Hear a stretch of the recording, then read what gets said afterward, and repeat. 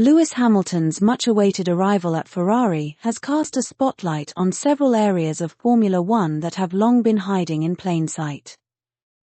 After the transfer was announced in 2024, we predicted that Mercedes would lose sponsors and sponsorship revenue.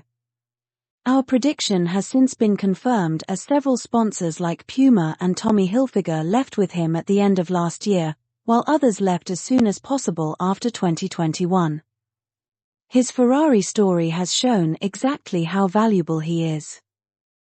From the unprecedented and record-breaking hike in Ferrari's market valuation when the transfer was announced, during a harsh period within an industry that has seen shares of other car manufacturers like Mercedes falling in comparison. The media frenzy surrounding his arrival at Maranello has reportedly boosted the profile of F1's most iconic brand and their sponsors, along with their finances. During our review of the cost to Mercedes, we uncovered what now appears to be a relatively low turnover of sponsors. Since 2021, they have lost a total of 13 sponsors and gained the same exact number. Their total number of sponsors and team suppliers dropped from a peak of 27 in 2023 to 24 in 2025, which was the same number they had in 2021. At first glance, it appeared that what happened in Abu Dhabi in 2021 prompted some movement within the ranks as sponsors reacted to the public outcry over Mercedes dropping the appeal. However, what appeared to be reactionary movements amongst Mercedes sponsors after 2021 pales into insignificance when compared to the Red Bull stats, which are the embodiment of chaos. We have been struck by the turnover rate of Red Bull sponsors, especially during a period of their supposed dominance. Factors like the departure of high-profile but short-lived team sponsors like Bibit and Verstappen's long-term personal sponsor Jumbo suggested that all was not well behind the scenes, so we decided to review his and his team's sponsorship. The results were diabolical. But, before going further, we would like to urge those of you who haven't yet done so to sign our online petition for an inquiry into the BBC and Channel 4's coverage of what happened in Abu Dhabi. A link has been provided in the description. If you are on X, then please repost our tweet. Thank you. Back to the matter of Red Bull and their sponsorship track record. By way of comparison, over the same review period for Mercedes, the sports standard bearers, Red Bull went from 27 sponsors in 2021 to a peak of 41 in 2023, before dropping down to 30 for this year. During that time, they lost an astonishing 28 sponsors and gained 31. This is a comparatively high turnover rate, relative to Mercedes. Perhaps in time we will find out that Sir Lewis was responsible for the relatively settled sponsorship history at Mercedes, but what is apparent is that sponsors don't hang around much at Red Bull. Is this evidence of the toxic environment that they are renowned for? Furthermore, despite having almost double the number of Mercedes sponsors at its peak, Red Bull never generated more sponsorship revenue than its rival. Indeed, in 2023, the year they had almost double the number of Mercedes sponsors, they came a distant third behind them and Ferrari, the kings of revenue generation. This is rather odd given the astronomically high figures supposedly received from high-profile title sponsors Oracle and principal sponsor Bibit.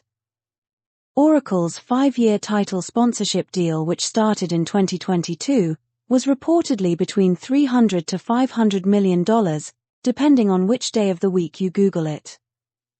This makes it between $60 and $100 million per year. Bibit's 3-year deal, also signed in 2022, was reportedly for a total of $150 million, or $50 million per year. These are astronomical figures compared to that of Petronas, the long-term title sponsors for Mercedes, the revenue-generating titan of the sport, which is valued at $75 million per year. Critically, there are no credible stats to underpin the Red Bull figures beyond the fact that they propped up Max's toxic gifted title the previous year. Red Bull are not, and have never been the most supported team. He's not the most popular driver, and together they are known as the nasty team, yet somehow, they have attracted such overwhelmingly excessive premiums from just 2 of their 30 sponsors, including Oracle, who we have featured in several videos, and fits the profile of a company that could be moved by the whims of its founder and majority owner. This suspiciously high premium was not reflected in the fees paid by Red Bull's other sponsors. Otherwise, with a significantly higher number of sponsors, they should have been topping the revenue-generating tables. To further underscore that Max is as toxic as his team, he is the only driver to be booed at multiple neutral F1 circuits, including those in the usually more reserved Middle East and Asia. In the US, which is Liberty Media's most coveted nation, he achieved the distinction of being booed by Red Bull supporters. Yet, it was against this background that Bibit and Oracle struck such eye-watering deals that conveniently dwarfed those of the industry leader. These are the type of deals that have landed Manchester City on the verge of being kicked out of the Premier League for breaching financial fair play rules, but not in F1. It is rather odd that criminal investigation agencies have turned a blind eye to the suspiciously high contracts been reportedly signed by Red Bull, when Verstappen's personal long-term sponsor, Jumbo, had to walk away after the CEO who had presided over the deal was replaced following an investigation into money laundering. Astronomically high deals that defy established commercial trends are the most obvious red flags of financial impropriety. When Google AI recognizes that Red Bull are perceived as the nasty team of F1, then you can appreciate how odd it looks that some sponsors are willing to pay a premium for associating with them. When F1, who have claimed in their online survey that Max is their most popular driver, are choosing not to feature him in the thumbnails for their promotional videos for the 2025 season, you can appreciate how odd it looks. When the driver whose Dutch support spawned headlines from subservient F1 media hacks like Max Verstappen's Dutch GP win, I have never seen a nation get behind a driver in this manner, is unable to top the poll in his nation, then you know something is up. How is it that Charles, who is yet to win a title, has a larger following on social media than Max, if the level of support he gets from the Dutch at one of his 3 home Grands Prix is unprecedented? How can his level of home support be unprecedented if he is unable to top the poll in his home nation, when he is in the middle of his dominant period and is yet to lose a title? How can he be the most popular driver according to an online survey conducted by Formula One, if he has fewer social media followers than either Charles or Sir Lewis? As you can see from the chart of social media followers provided, Sir Lewis, Charles and Ferrari are the only ones to have increased their followers during the past month.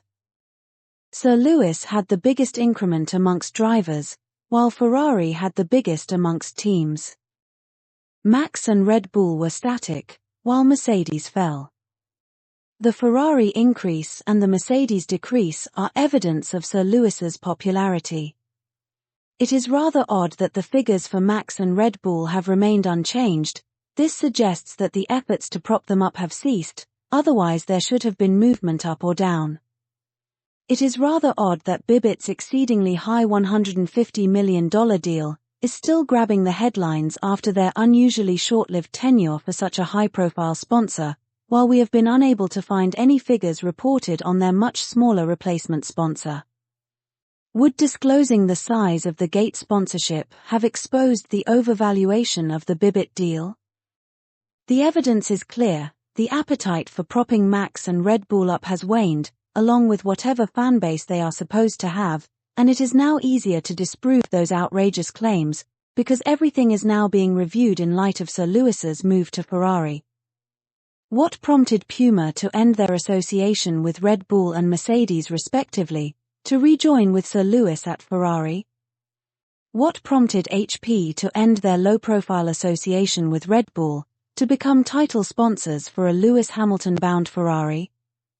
What prompted respondents to a Dutch poll to choose Sir Lewis over Max? Forza Ferrari.